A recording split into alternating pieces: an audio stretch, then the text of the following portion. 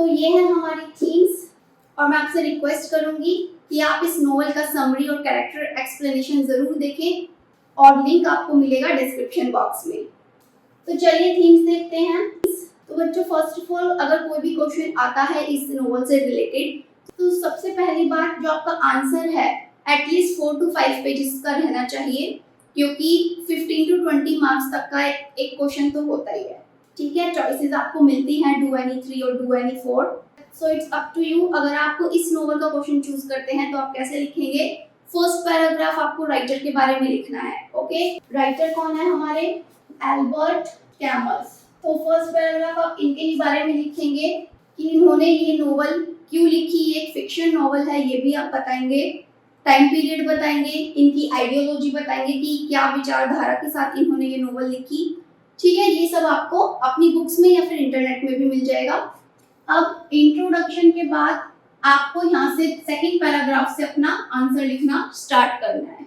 Answer में आप क्या लिखेंगे, इनमें से कोई भी एक थीम आप एनालाइज कर सकते हैं वहां पर, और उसके लिए आपको पहले क्वेश्चन आइडेंटिफाई करना होगा कि क्वेश्चन में किस पॉइंट पे वो फोर्स करके जोर देके आपसे आंसर मांग रहा है। तो जब आप वो क्वेश्चन पहचान जाएंगे तो आप थीम्स भी डेफिनेटली पहचान जाएंगे कि मुझे कौन सी थीम या एनालाइज करनी है। ठीक है, पूरी स्टोरी मत लिखाना कि भाई आउटसाइडर में ये कहानी है, शुरू में ये, बीच में ये, दिन और एंड में ये खत्म। ऐसे आंसर नहीं लिखते हैं। First theme is meaningless of human life.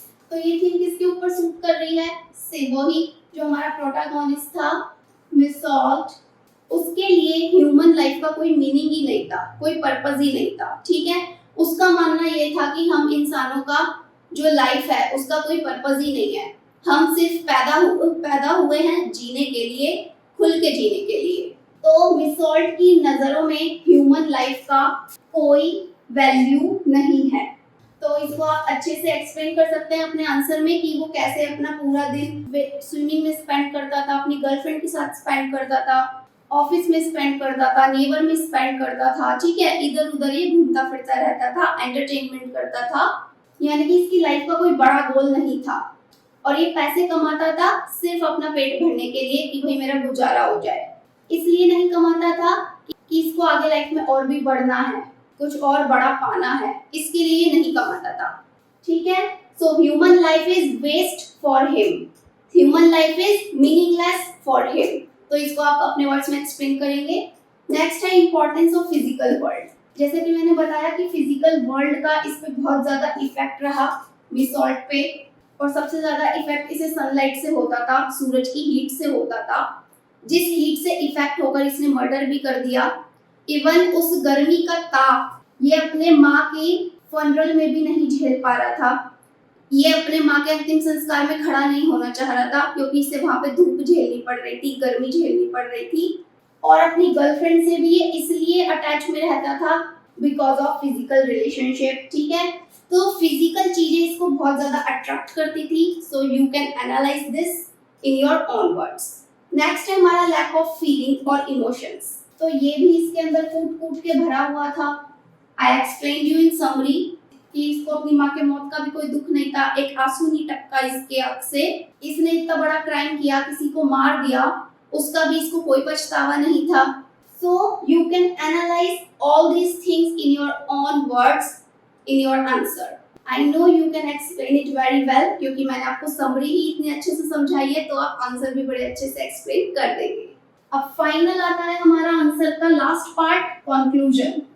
Conclusion होता है रिजल्ट, कि आपने पूरी स्टोरी पढ़ी, पूरी समरी समझी, और अब आपका क्या रिजल्ट है, आपका क्या विचारधारा है इस नोवेल के बारे में, मिसॉल्ट के बारे में और एल्बर्ट कैमस के बारे में, कि आप क्या सोचते हैं कि आपकी आइडियोलॉजी और एल्बर्ट कैमस की आइडियोलॉजी आपस में कितनी मैच करती है। ठीक है, तो अपने विचार आप कंक्लूजन में लिख सकते हैं नोवेल के लिए, और अगर आप अपने विचार नहीं लिखते हैं तो कंक्लूजन में आप एल्बर्ट कैमस की ही आइडियोलॉजी लिख सकते हैं कि उन्होंने इस नोवेल में किस किस मेन पॉइंट्स को हाईलाइट किया है और क्या क्या वो ह्यूमन लाइफ से रिलेटेड बातें हैं जो इन्होंने इस नोवेल में शो की हैं। ठीक है, तो वो भी आप यहाँ पे कंक्लूजन में लिख सकते हैं। और ये सारा मैटर आपको आपकी बुक्स में ही मिल जाता है, या फिर आप अगर गूगल पे भी एक बार थीम्स को रीड कर लेंगे ना, तो भी आपके दिमाग में एक आइडिया आ जाएगा कि हाँ, मुझे इन वर्ड्स का यूज करके इस तरह से आंसर को लिखना है। सो ये थी हमारी कंप्लीट एक्सप्लेनेशन। आई होप आपको अच्छी लगी है। तो डिस्क्रिप्शन बॉक्स में आप विजिट करेंगे, आपको और भी नोवेल एक्सप्लेनेशंस मिलेंगे, आप उन्हें चेकआउट कर सकते हैं।